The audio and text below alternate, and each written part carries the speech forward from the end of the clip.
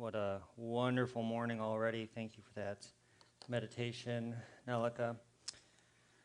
Um, we are kind of in between some talks, and rather than continue a series, I've got a couple of standalones in here.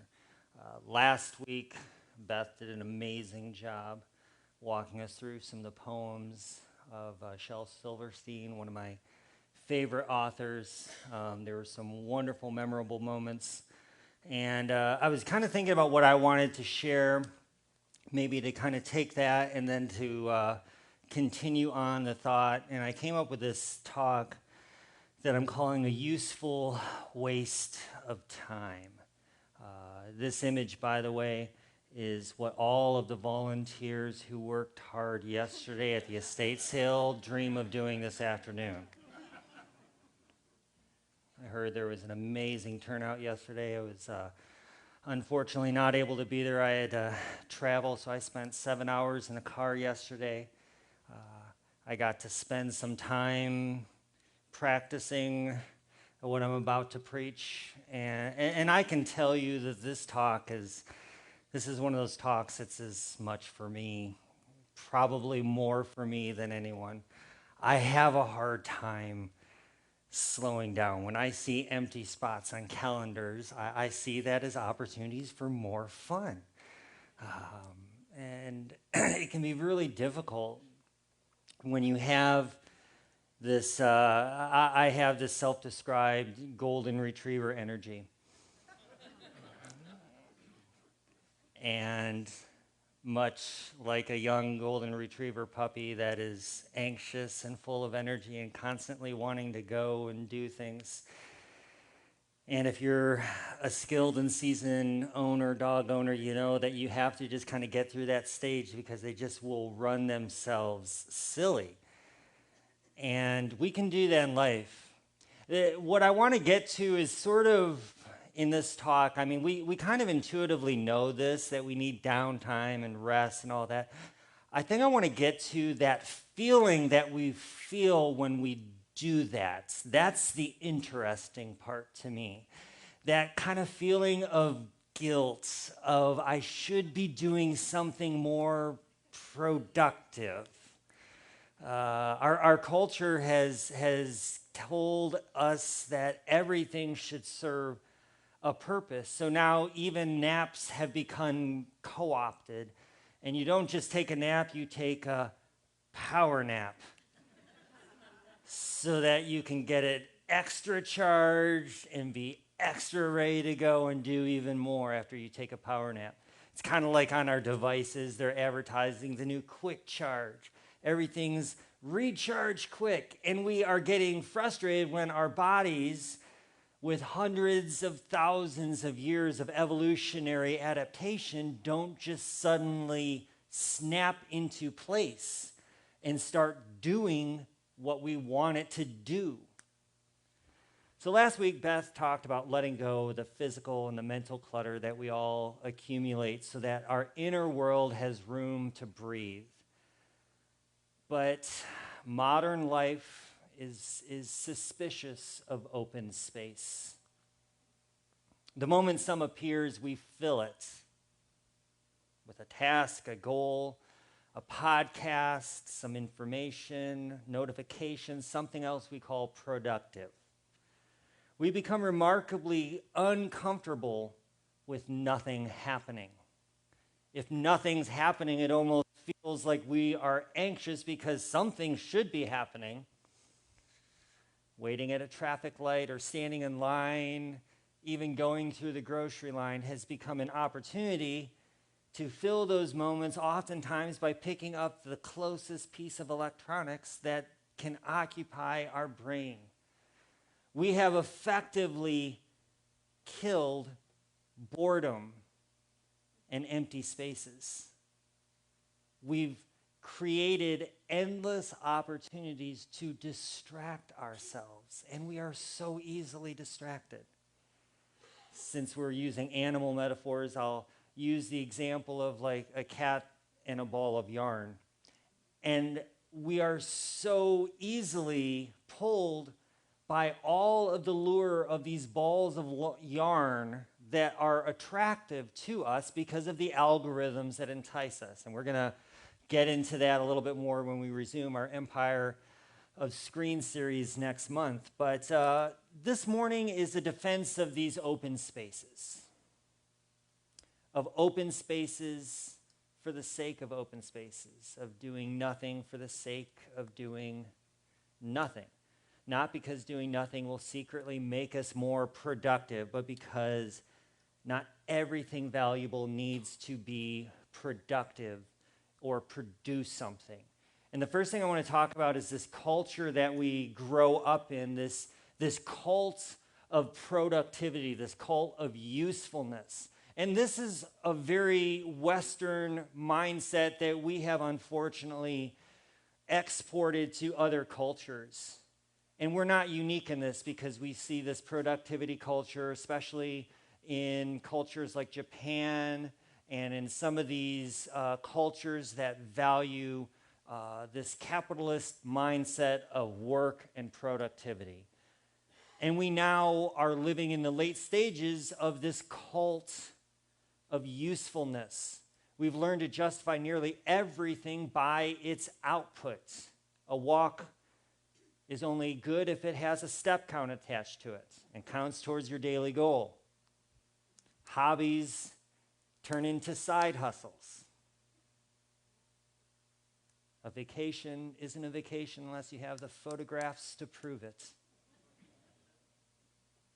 And rest is only justified if it improves our performance and leaves us feeling like we're ready to do more.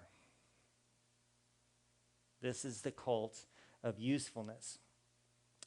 Bertrand Russell, in his famous essay In Praise of Idleness, said the modern person thinks that everything ought to be done for the sake of something else and never for its own sake. This is this for the sake of that mentality that has driven us as a society and a culture. And depending on where you're at in life, you're going to be feeling it in different ways. This morning in pre-talk, we talked about the relationship with, quote, leisure time or frivolous activities and how that's changed in retirement years and in post-working years versus earlier years.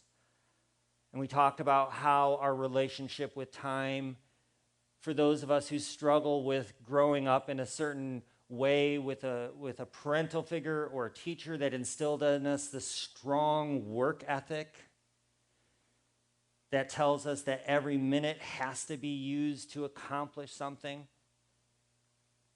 Frivolous is often the word we use for something that brings us joy but doesn't make us money. Frivolous are those activities that we probably need to do, but we struggle to do because we often feel guilty. Beth talked about not becoming bored, or talked about becoming bored with what we already have because we are constantly bombarded with bright, shiny objects.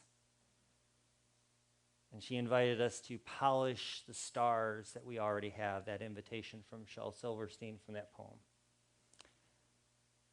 Focusing on what is around us. Satisfaction often comes not from chasing bigger things, but from paying attention to smaller ones. And this is the problem with those who chase happiness in their work accomplishments, in their careers. We see this played out in real time in the lives of the rich and billionaire who constantly chase happiness in the form of more and bigger and better, and you can only build so big of a yacht and go on so many galas and have so many things, and you realize that satisfaction, that happiness comes not from the more of the bigger and the better, but in recognizing that you polishing what you already have, the stars that you already have, brings about a satisfaction and a happiness that you get when you don't chase more. So here's the next point I want to spend a little bit of time on, because this is the fun sciencey stuff. This is the part that lures me in when it comes to me recognizing I need to change, is recognizing that brain research, neural research is showing that some interesting things happen when we have downtime, when we have time doing nothing. And I'm not talking necessarily about meditation, and that is important, and all the other ways that we can silence our mind through meditation or ambient music or going for walks. Those things are all good and all important, but pure nothing just for the sake of nothing. When you have this period of time where you're not doing anything, some interesting things happen in our brain. This part of our brain begins to come online called the default mode network, and it's this multi-area region of the brain. It becomes especially active when we are not concentrating on an external task. During that time, the default mode network comes online and our attention turns inward. It helps us to revisit memories. So somebody mentioned in pre-talk that when they have downtime, that they spend a lot of time reflecting on past memories, kind of nostalgia. And that's a very real thing that the default mode network does. That is a very important thing. It helps us revisit memories. It helps us also reach into the future and imagine future possibilities. It helps us make connections and consider other people and reflect on who we are. The default mode network is a very slow operating portion of our brain that only comes online when we are not using the other parts of our brain doing and acting. And it's also a part of our brain that we don't feel comfortable spending a lot of time in necessarily. And that's why we so often will reach for devices when we start to reflect, because it feels a little bit uncomfortable sometimes doing some of these behavior. It's the mind that wanders in the shower. But it also produces these unexpected ideas. We talk about these shower time ideas or inspiration. Have you ever had a really, really good idea while you were taking a shower or maybe washing the car or doing something, and you didn't have podcasts playing, you didn't have anything else going, and it seems like, oh, you just had this great idea? That is your brain slowing down enough for the default mode network to kick in and to start making connections. Because we're accumulating information all the time. We don't pause to digest the information, if you will. There's a couple ways our brains do that. One of the ways that is surmised is that the dream state is a way of recollecting and rearranging some of the things we think about and remember during the day. There's a lot of emerging research with that. But we also know that the default mode network is a very important part of our brain that we can only access when we slow down enough to do that. It's the idea that arrives when you're on a walk without headphones. It's that uncomfortable question that appears when nothing else is drowning it out. And we'd often get uncomfortable with these periods of doing nothing. Research has even shown us that some that were in a study, when they were given the choice to sit still in a room and do nothing for 15 minutes, and the only thing in that room was a button, and when they pushed that button, they would receive a minor electrical shock. And the majority of people in that study chose to shock themselves, some repeatedly, rather than do nothing. We hate boredom. We hate downtime. Our culture has evolved where we have become afraid of and anxious of that downtime. And so we've figured out a way to eliminate boredom. But the problem is that research is also showing us that this boredom that we experience during these periods of downtime is essential. Harvard researcher Arthur C. Brooks has a great video that I'll link to in this week's email as well as a number of books on the subject, where he says very emphatically, very clearly, you need to be bored. He says it that clearly, and he says it to his students all the way to adults. You need space in your life to be bored. In modern times, we've been able to almost shut off the default mode network in our brains because we can occupy our brains so many different ways. Here's the irony. 100 years ago, your grandfather and grandmother probably lived by our standards, very boring lives. And yet they probably were not bored very often. Meanwhile, today, young people don't have any boredom. Life is a constant stream of adventure, moment to moment, and yet they would describe their lives as grindingly boring. How ironic is it that we have given ourselves so many things to do, and yet we are becoming more and more wired, almost like a kid who keeps chugging energy drinks and wondering why he can't fall asleep. Because we're giving ourselves the exact opposite stimulation of what we actually need. In our rush to eliminate boredom, we have prevented ourselves from accessing these very important parts of our brain. Alan Lightman, in his book, In Praise of Wasting Time, invisibly, almost without notice, we are losing our ability to know who we are and what is important to us. We are creating a global machine in which each of us is a mindless and reflexive cog, relentlessly driven by speed, noise, and artificial urgency of the wired world. So, what do we do? Well, my challenge to you, to me, to all of us, is to waste some time on purpose. And I'm using those words a little bit tongue-in-cheek because we argued this morning of what is a waste of time. What is leisure time, and who defines what is leisure and what is not? What is a waste of time for you? And that is a truly personal question. And even the things that we do to find leisure and joy to recharge us, for one person may be helpful, to somebody else may not be at all. So waste some time on purpose. We need to get better at being bored. And this is especially spoken to my generation and those coming after me, these younger emerging generations who are growing up with stimulation from the moment that they are infants and toddlers. We have a very unproven generation that is emerging that we don't know the long-term results of how this is going to affect our neurochemistry and development.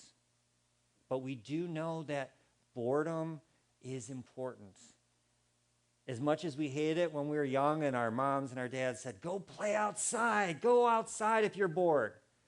It's really probably one of the best things to do.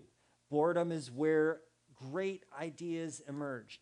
Greek philosophers like Aristotle viewed leisure as essential to intellectual pursuits. Socrates told us, beware the barrenness of the busy life. The barrenness of the busy life. The more that we do, the more that we have to struggle to guard ourselves against an endless chase for more. Meanwhile, the Stoics, they promoted idleness as a time for self-examination, natural contemplation, crucial for living in accordance with one's values and one's nature. We wonder why we can read the writings of, say, the American founders who wrote all these endless letters and things. There was so much time that was available to them, and they used that time to endless endeavors and pursuits. And in the quietness of nothing, riding a horse from town to town, long walks, long moments at night before electronics, ideas and thoughts and inspiration emerge. And like I said earlier, we all can think of those shower ideas, those inspirations that come to us on walks or when we're on the drive when nothing's happening, when we're not filling our brain with some new information. Fast forward from the early days of the Greeks and Romans, and in the Middle Ages, Christian theologians gave us the notion that idle hands do the devil's work, and that idleness was something to be avoided, and that doing more was favorable in God's eyes. In The Art of Stillness, Pico Iver said, "In an age of speed, nothing could be more invigorating than going slow. In an age of distraction, nothing can feel more luxurious than paying attention. In an age of constant movement, nothing is more urgent than sitting still." These are themes and topics we've returned to a number of times, even already this year, because I think we have to, just like a young tree, a young sapling that has to be anchored in those early formative years so that it can form, we have to almost give ourselves ways to anchor ourselves to the deeper truths that we know of what really heals and nourishes our soul, instead of listening to our culture that tells us that every moment needs to be filled. To choose slowing down, to choose paying attention, to choose sitting still, to carve out moments in our day, in our week, for nothing at all other than the sake of simply being, as Nelica said. To experience the centeredness of being and to push through the discomfort, because yeah, it can feel uncomfortable when that's a muscle we don't regularly flex. And instead of just being angry when our mind starts to wander, let it. It's a time for introspection and reflection. So tomorrow when you go to the gym in the morning, maybe don't take your phone. Experience what that's like. I did a phone-free concert with my buddy Adam a number of weeks ago. This was, I wish I could say as a spiritual leader here, I did this intentionally as an act of spiritual reflection. I actually forgot my phone, and we were too far along for us to justify turning around and going back and getting it. So I got to go back to the old days of, like, you know, a concert where I didn't have any pictures. Now, I did ask Adam, can you take a couple pictures for me? But it's the things that emerge when we don't have those crutches that we often go to, that's the really fertile ground that we can work with. And as you get better at the skill of boredom, because it is a skill, you'll be less bored with ordinary things in your life. Things like your job or things that relationships that feel stale. And more importantly, you'll start digging into more important questions. And these are the things that are important to spend time in. I think the most reflective, meaningful questions emerge from those periods of letting our mind wander. Arthur Brooks makes the point that what we really have today is an epidemic of meaninglessness.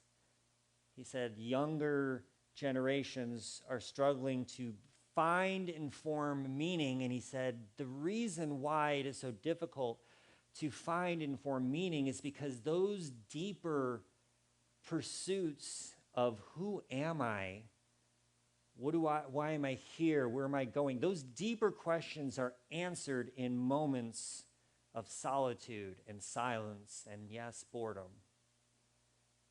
They're answered in those moments when we have spent our brain's almost kind of like that that toddler that finally kicks its last and throws so hard of a tantrum that it wears itself out and then crashes. And we almost have to allow the parts of our brain that so frequently run at such a high speed to kind of work themselves out. And then as they begin to slow down and as our default mode network begins to come online, we begin to ask those deeper questions of meaning.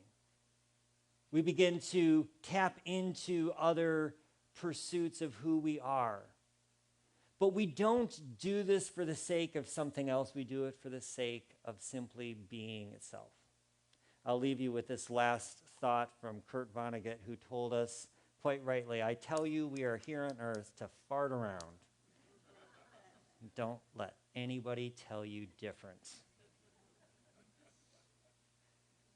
So the next time you're feeling